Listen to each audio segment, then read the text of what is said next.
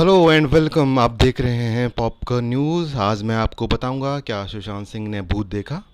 भूत की ये कहानी रिया की ज़ुबानी है। रिया चक्रवर्ती पर कितना भरोसा किया जा सकता है, इसका फैसला तो आप दर्शक अपने विवेक के माध्यम से करेंगे। लेकिन मैं इस वीडियो में आपको बताऊंगा कि विदेश में एक पेंटिंग से कैसे डरे सुशांत सिंह राजपूत, और उस डरावनी पेंटिंग की भी पूरी कहानी आपको विस्तार में बताऊंगा। लेकिन मैं आपको बता दूं, जो खबरें आपको जानना ज़रूरी हैं उन खबरों को देखने के लिए आप पॉपकॉर्न न्यूज़ को सब्सक्राइब कीजिए। सब्सक्राइब का बटन दबाइए और उसके बगल में बेल आइकन ज़रूर दबाएं, ताकि आपको बिना निर्बाध रूप से मेरी खबरें, मेरे वीडियोस लगातार आपको मिलते रहें। तो दोस्तों, सुशांत सुसाइड केस में मनी लॉन्ड्रिंग के आरोप में प्रवर्तन निदेशालय यानी ईडी रिया चक्रवर्ती से लगातार पूछताछ कर रही है। ईडी के पहले राउंड की पूछताछ 7 अगस्त को हुई, जो 9 घंटे चली, और रिया चक्रवर्ती से दूसरे राउंड की पूछताछ सोमवार यानी 10 अगस्त को हुई। ये पूछताछ भी करीब 9 घंटे चली, यानी रिया से ईडी करीब करीब 18 घंटे की अब तक पूछताछ कर चुकी है।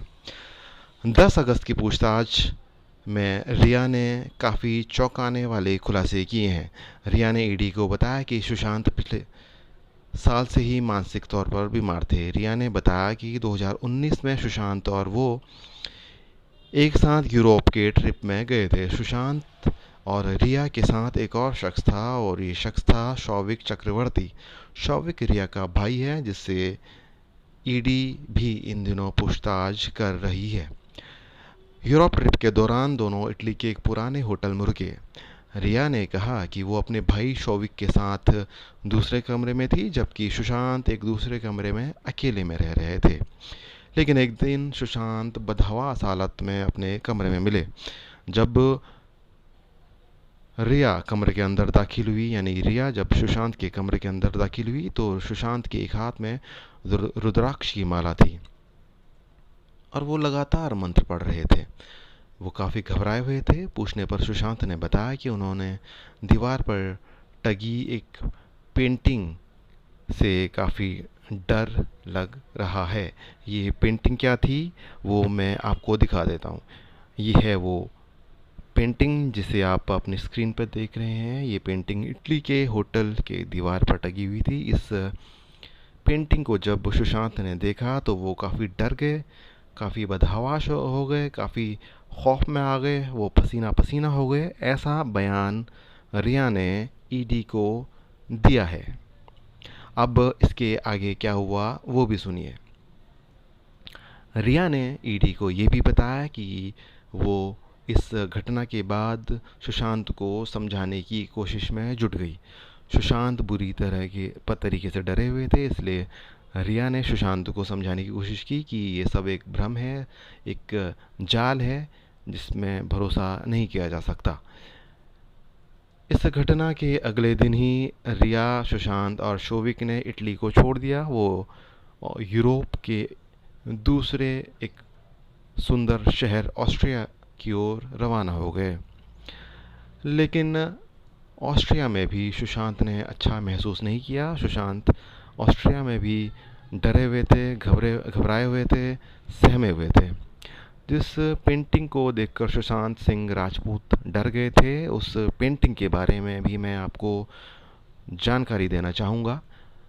ये पेंटिंग स्पेन के कलाकार फ्रांसिस्को गोया नाम के एक पेंटर ने बनाई थी। पेंटिंग का नाम क्या है सुनिए। पेंटिंग का नाम है सैटर्न डोवरिंग हिज सन। पेंटिंग की कहानी थोड़ा सा खौफ पैदा करने वाली है, थोड़ा सा डर पैदा करने वाली है। ये कहानी क्या थी वो भी आप सुनिए। सैटर्न ने अपने पिता की हत्या कर दी थी, जिसके बाद उसे लगने लगा था कि उसकी संतान जब होगी तो वो सैटर्न को मार देगी। इस डर से जब भी सैटर्न की कोई संतान, कि उसकी कोई औलाद होती थी, वो अपनी उस औलाद को मार देता था। इसी तरह सैटर्न ने अपने 2 बच्चों को मार डाला, लेकिन जब तीसरा बच्चा पैदा हुआ तो उसकी पत्नी ने समझदारी दिखाई और सैटर्न के सामने पत्थर में लिपटा हुआ एक कपड़ा पेश कर दिया।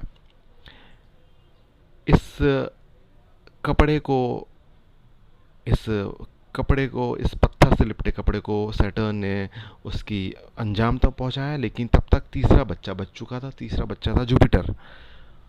बाद में जुपिटर ने सैटर्न की जगह ले ली। इस पेंटिंग को गोया ने 1819 से लेकर 1823 के बीच अपने घर की दीवार में पेंट किया था। बाद में वो दीवार की पेंटिंग को कैनवस में उकेर दिया गया। पेंटिंग वाली कहानी बताकर रिया ये जताना चाहती है कि सुशांत की मानसिक हालत पहले से ठीक नहीं थी। रिया पर सुशांत की मानसिक हालत ख़राब करने और उसके खाने में कुछ संदिग्ध पाउडर मिलाने का आरोप लगा है। ये संभव है कि रिया ने इन आरोपों का जवाब देने के लिए ईडी के जांच अफसरों को इटली के उस पेंटिंग की कहानी बताई हो जिसे देखकर सुशांत बुरी तरीके से डर गए थे। उन्हें भूत प्रेत का एहसास होने लगा था। वो उठकर माला जपने लगे थे।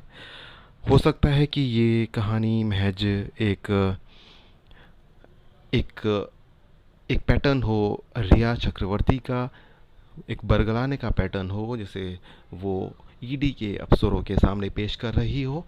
खैर, सच क्या है झूठ क्या है ये तो जांच एजेंसियां पता लगाएंगी। जैसा कि आपको मालूम है कि सीबीआई भी इस मामले की जांच कर रही है और ईडी भी इस मामले की जांच कर रही है। ईडी वित्तीय अनियमित वित्तीय फाइनेंशियल ट्रांजैक्शन से जुड़ी हुई गड़बड़ियों का पता लगाने की कोशिश करती है और सीबीआई ये जांच कर रही है कि सुशांत ने सुसाइड ही किया था या फिर साजिश के तहत उनका मर्डर किया गया था।